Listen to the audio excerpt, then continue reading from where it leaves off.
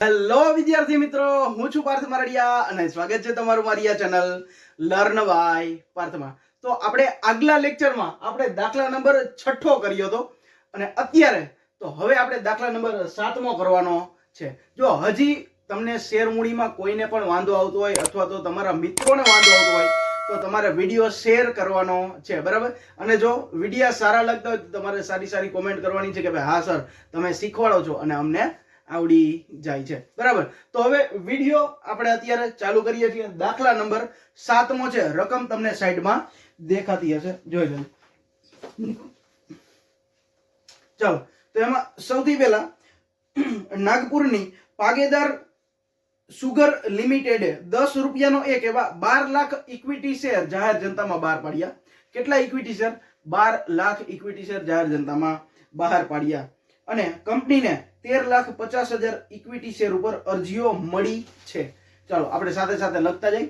10 રૂપિયાનો એક, કેટલા રૂપિયાનો?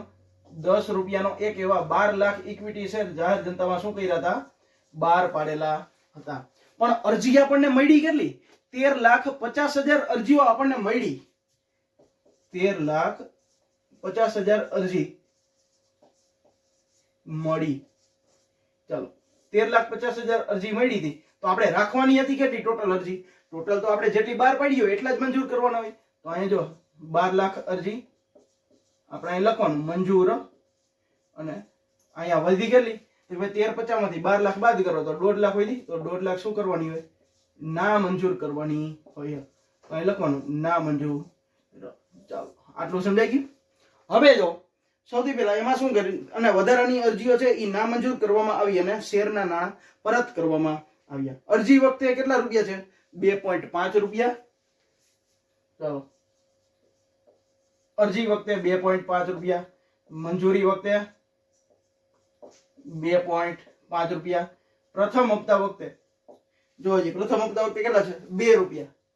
અને આખરી હપ્તા વખતે કેટલા રૂપિયા છે? 3 રૂપિયા. આ રીતે કંપની જો 2.5 અને 2.5 એટલે 5 અને 5 ને આ 5 10 રૂપિયા કંપની કટકે આ રીતે મગાવે છે.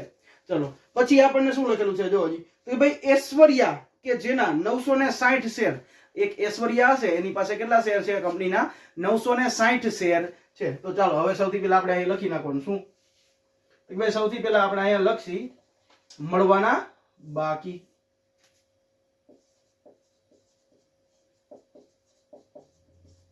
ચલો, મળવાના બાકી કોણ છે? પેલી ઐશ્વર્યા. ઐશ્વર્યા પાસે 960 શેર છે કંપનીના. તો અહીંયા લખ નાખવાનું 960 શેર. હવે ઈ કયા હપ્તાના પૈસા ચૂકવતી નથી? તો કે ભાઈ ઐશ્વર્યા છે ઈ 960 શેર મંજૂર કરેલા છે, એ પ્રથમ અને આખરી હપ્તાના રકમ નાણાં ભરી શકેલ તેમ નથી. તો અહીંયા પ્રથમ અને આખરી હપ્તો બે લખવાના. પ્રથમ હપ્તો અને આખરી હપ્તો. અને બીજું કોક છે હજી એક જો હજી, અને બીજું વિનય કે જેની પાસે 1200 શેર હતા, એ 1200 શેર ઉપર છેલ્લા હપ્તાના નાણાં ભરી શકી નથી. તો ચાલો, વિનય છે કોણ? વિનય છે ને, હા વિનય, જેની પાસે કેટલા શેર હતા? 1200 શેર. અને એને પ્રથમ હપ્તાના તો દઈ દીધા છે પણ આખરી હપ્તાના ભરી શક્યો નથી.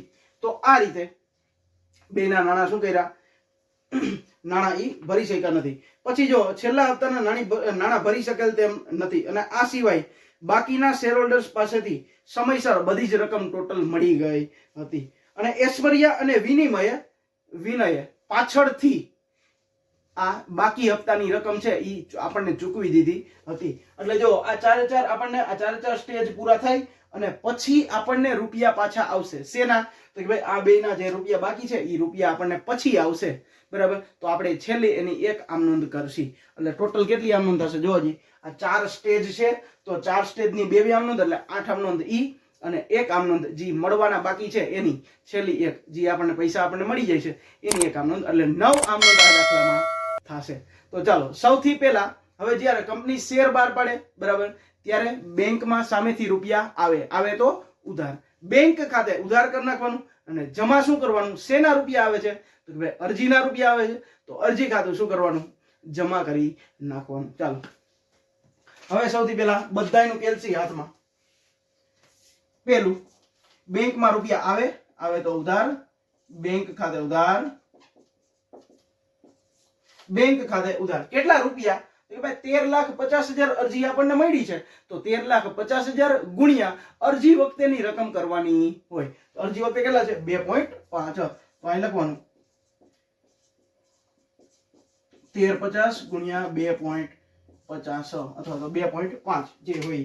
1350 ગુણ્યા 2.5 એટલે 33,75,000 રૂપિયા થઈ.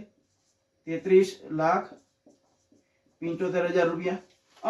અને પૈસા આવે છે શેના? તો કે ભાઈ અરજીના રૂપિયા આવે છે, તો શેર અરજી ખાતે જમા કરી નાખવાનું. શેર અરજી ખાતે શું કરી નાખવાનું? જમા. કેટલા? 33,75,000 રૂપિયા. ચાલો, હવે આપણે જેટલા ટોટલ રૂપિયા આવી ગયા છે બરાબર એની આમ નોંધ કરી નાખી. પણ હવે આપણે આ બધાય તો સાચવવાના નથી ને. આપણે શું કરવાના? મંજૂર કેટલા કરવાના છે? ખાલી આપણે જેટલા બહાર પાડ્યા હતા એટલા જ. આપણે 12 લાખ બહાર પાડ્યા હતા તો આપણે 12 લાખ જ મંજૂર કરવાના છે. 1.5 લાખ તો આપણે મંજૂર કરવાના નથી, તો આપણે બેંકમાંથી પૈસા એને પાછા મોકલી દેસી. બરાબર. તો ચાલો, હવે જો મેં શું કીધું હતું કે ભાઈ શેર અરજી ખાતું છે એ જમા હોય તો બીજી આમનોંધમાં શેર અરજી ખાતું શું કરી નાખવાનું? ઉધાર કરી નાખવાનું. તો શેર અરજી ખાતે ઉધાર કરવાનું. શેર મૂડી હંમેશા શું હોય? જમા હોય. અને બેંક ખાતે જમા થશે. શું કામ? આપણે બેંકમાંથી પૈસા પાછા મોકલવાના છે. 1.5 લાખ ગુણ્યા કેટલા કરવો પડશે? અરજી વખતેની રકમ 2.5. એટલે આ રીતે આખી આમ નોંધ થશે. ચાલો લખો. શેર અરજી ખાતે ઉધાર કેટલા આવશે? આટલા 33,75,000. ચાલો, તે શેર મૂડી ખાતે. ચાલો, શેર મૂડીમાં હંમેશા કઈ કિંમત આવે? અમે કાઉન્સમાં શું લખવાનું? તો હંમેશા જેટલા મંજૂર કરેલા હોય એટલા. જો મંજૂર કેટલા કર્યા? 12 લાખ. અહીં લખવાના 12 લાખ ગુણ્યા અરજી વખતેની રકમ કેટલી છે? 2.5. ચાલો કરો જી. 12 લાખ ગુણ્યા 2.5 એટલે 30 લાખ રૂપિયા થાય. તો અહીં લખવાનું 30 લાખ રૂપિયા. અને તે બેંક ખાતે જમા. બેંક ખાતે જમા. હવે બેંકમાં આપણે પરત કેટલા કરવાના છે? તો ભાઈ આ રહ્યા 1.5 લાખ શેર ઉપર તો 1,50,000 કરવાના ગુણ્યા અરજી વખતેની રકમ કેટલી છે? 2.5. ચાલો કરો જી. 1.5 લાખ ગુણ્યા 2.5 એટલે કેટલા થાય? એક જ મિનિટ. 1.5 લાખ ગુણ્યા 2.5 હા એટલે 3,75,000 રૂપિયા.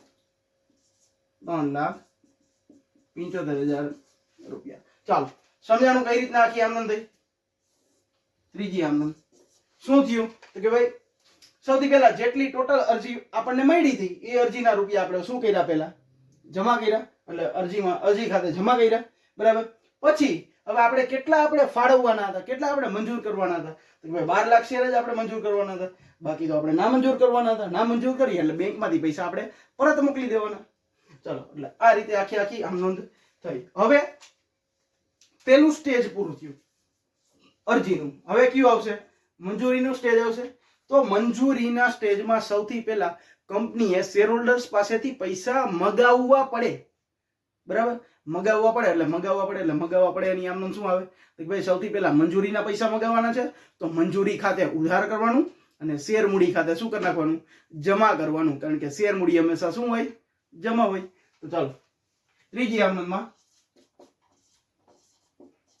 શેર મંજૂરી ખાતે ઉધાર તે શેર મૂડી ખાતે. ચાલો કેટલા આવશે? કાઉન્સ કયો જી? કેટલા આવશે કાઉન્સમાં? તો કે ભાઈ સૌથી પહેલા આપણે જેટલા મગાવવાના છે જેટલા મંજૂર કર્યા છે એટલા કેટલા? 12 લાખ આપણે મંજૂર કર્યા છે તો 12 લાખ ગુણ્યા મંજૂરી વખતેની રકમ કેટલી છે? 2.5. તો અહીં લખવાનું 12 લાખ ગુણ્યા 2.5. કેન્સી નો કરે. અહીં લખેલું છે 12 લાખ ગુણ્યા 2.5 એટલે કેટલું? 30 લાખ. અહીં આપણે લખી નાખીએ 30 લાખ અને 30 લાખ રૂપિયા. ચાલો આટલું પૂરું થઈ ગયું. હવે કરવાનું શું? બેંકમાં પૈસા આપણને આવશે. જો પૈસા મગાવી લીધા, હવે બેંકમાં પૈસા આપણને આવે તો ઉધાર.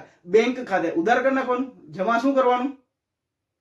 જે પેલી આમનોંધમાં ઉધાર હોય એ બીજી આમનોંધમાં જમા કરી નાખવાનું. પેલી આમનોંધમાં મંજૂરી ઉધાર છે તો બીજી આમનોંધમાં મંજૂરી આપણે શું કરી નાખશી? જમા કરી નાખશી. ચાલો, તો સૌથી પહેલા ચોથી આમનોંધ, બેંકમાં પૈસા આવે તો ઉધાર. બેંક ખાતે ઉધાર તે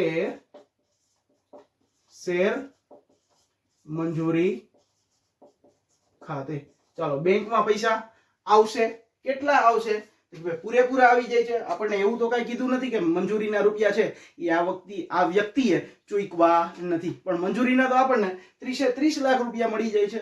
બરાબર, તો આપણે 30 લાખ રૂપિયા લખી નાખવાનું અહીંયા.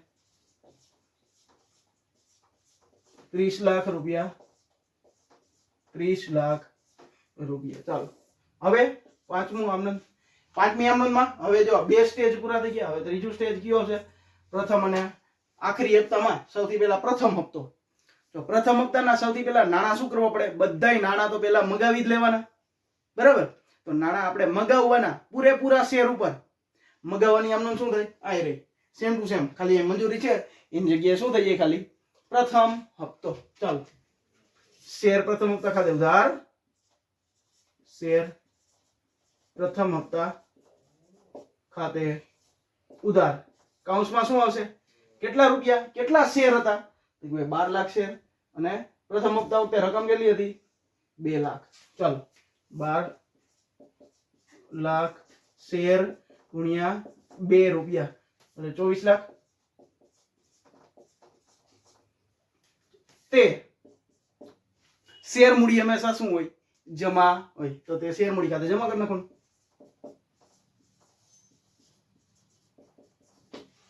ટોટલ એટલા જ રૂપિયા, 24 લાખ રૂપિયા. હવે છઠ્ઠી આમનોંધ, હવે આપણે પૈસા મગાવી લીધા. હવે બેંકમાં રૂપિયા આવશે. બેંકમાં રૂપિયા આવે તો ઉધાર. બેંક ખાતે ઉધાર કરી નાખવાનું અને પેલી આમનોંધમાં જે ઉધાર હોય એ બીજી આમનોંધમાં જમા કરી નાખવાનું. ચાલો, તો બેંક ખાતે ઉધાર. બેંક ખાતે ઉધાર તે પેલી આમનોંધમાં શું છે? શેર પ્રથમ હપ્તા ખાતે ઉધાર છે તો બીજામાં જમા કરી નાખવાનું. તે શેર પ્રથમ હપ્તા ખાતે. કૌંસમાં શું આવશે? બોલો જી.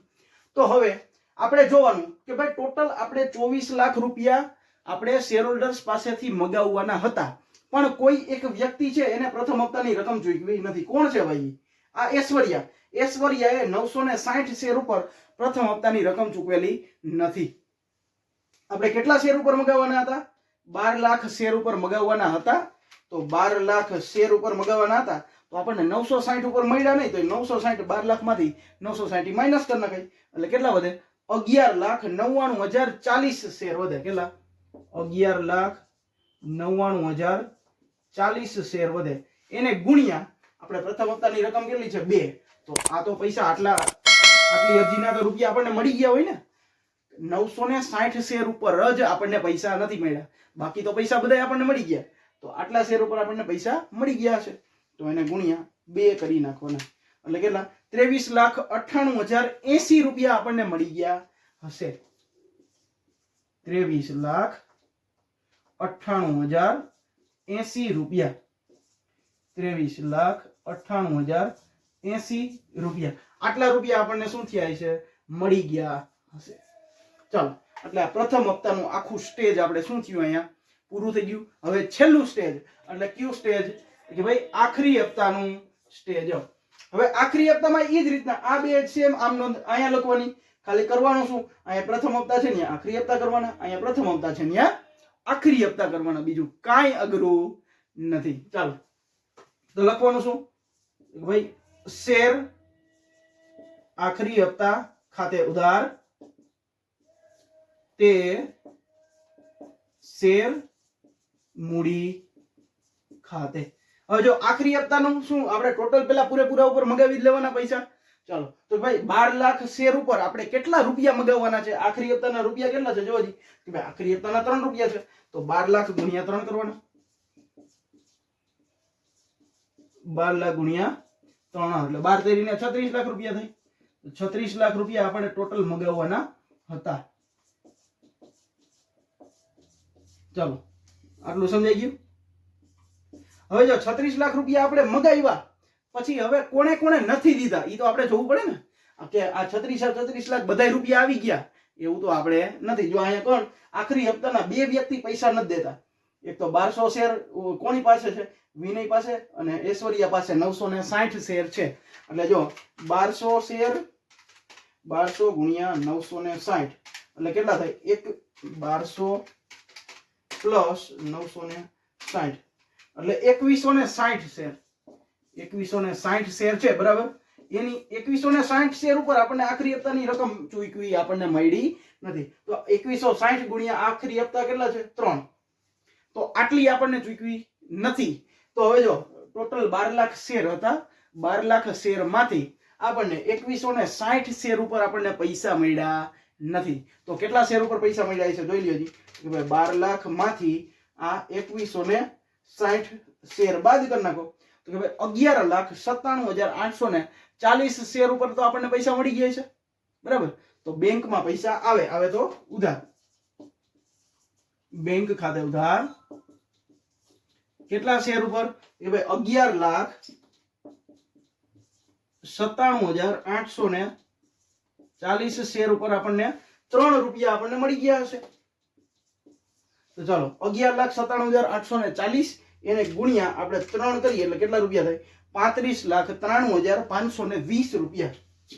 35,93,520 રૂપિયા. 35,93,520 રૂપિયા. તો હવે જો બેંક ખાતે ઉધાર કર્યું, જમા શું કરવાનું? જે પહેલી આમનોંધમાં ઉધાર હોય બીજી આમનોંધમાં જમા કરી નાખવાનું. શું છે કે ભાઈ શેર આખરી હપ્તા ખાતે જમા. તે શેર આખરી હપ્તા ખાતે. ચાલો સમજાઈ ગયું કઈ રીતે છે ઈ કે ન સમજાણું? નો સમજાતું હોય તો હજી કોમેન્ટમાં કહેજો કે ભાઈ હા સર કે આ સ્ટેજ નો સમજાણું. તો એ આપણે કઈ કોમેન્ટમાં હું તમને જવાબ દઈ દઈશ બરાબર કે કઈ રીતે હતું. ચાલો હવે જો શું કરવાનું તો ભાઈ જેટલા રૂપિયા બાકી છે ઈ હવે આપણને પાછા મળે છે બરાબર. કેટલા શેર ઉપર આપણને પૈસા બાકી છે તો ભાઈ સૌથી પહેલા તો આપણે અહીંયા લખું જો 960 શેર ઉપર 960 શેર ઉપર આપણને પ્રથમ હપ્તાના 2 રૂપિયા એટલે અહીંયા 2 960 ગુણ્યા 2 કરો જી 960 ગુણ્યા 2 એટલે 1920 રૂપિયા પણ બાકી છે.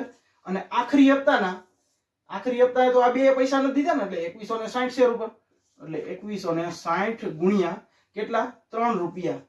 ચલો 2160 એને ગુણ્યા 3 એટલે 6480. તો આ બેનો સરવાળો કરો એટલા આપણને પૈસા મળ્યા નથી. તો ઈ હવે આપણને પાછળ છેલ્લેથી આપણને ચૂકવી દે છે. છેલ્લે પૈસા આપણને મળ્યા તો બેંકમાં પૈસા આવે તો ઉધાર. બેંક ખાતે ઉધાર કરવાનું અને જમા શું કરવાનું તો કે ભાઈ મળવાના બાકી હપ્તા ખાતે જમા કરવાનું. શું? મળવાના બાકી હપ્તા ખાતે જમા કરી નાખવાનું. ચાલો તો અહીં લખવાનું શું? બેંક ખાતે ઉધાર. બેંક ખાતે ઉધાર કાઉન્સમાં લખી નાખાય. આ બે કઈ રીતે આવ્યું હતું ભાઈ 960 શેર ઉપર આપણને પ્રથમ હપ્તા 960 શેર ગુણ્યા પ્રથમ હપ્તાના 2 રૂપિયા એટલે ટોટલ થાય 1920 અને 2160 શેર ઉપર આપણને 3 રૂપિયા એટલે થાય 6480 રૂપિયા. એટલે આ બેનો સરવાળો કરો જી 6480 પ્લસ 1920 એટલે 8400 રૂપિયા છે એ આપણને છેલ્લે મળ્યા. અને તે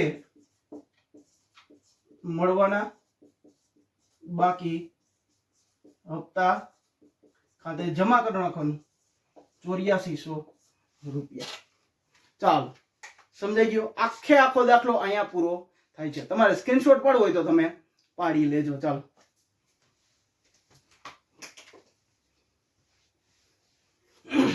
તો ચાલો સ્ક્રીનશોટ તમારે પડી ગયો હશે તો વિડીયો કેવો લાગ્યો તમને? દાખલો કેવો લાગ્યો? સહેલો લાગ્યો કે દાખલો અઘરો લાગ્યો? કોમેન્ટમાં તમે જવાબ દેજો. તમને સમજાઈ ગયો હોય આખો દાખલો તો પણ તમારે કોમેન્ટમાં જવાબ દેવાનું છે. બાકી વિડીયો સારો લાગ્યો હોય અને વિડીયો જોવાની મજા આવી હોય તો ચેનલને સબસ્ક્રાઇબ કરી દેજો, આપણા વિડીયોને લાઈક કરી દેજો અને તમારા 12મા ધોરણના મિત્રોને શું કરવાનું છે, શેર કરવાનું છે કે ભાઈ જેને હજી શેર મૂડીમાં વાંધો આવતો હોય તો એને હવે વાંધો આવશે નહીં, આ વિડીયો જોઈ લે એટલે કાંઈ વાંધો આવે નહીં. બાકી આપણા વિડીયો જોવાનું ગમતું હોય તો આપણી ચેનલ સાથે જોડાયેલા રહેજો. બાકી મળીએ આપણે નેક્સ્ટ લેક્ચરમાં નેક્સ્ટ દાખલા સાથે. ત્યાં સુધી થેન્ક યુ.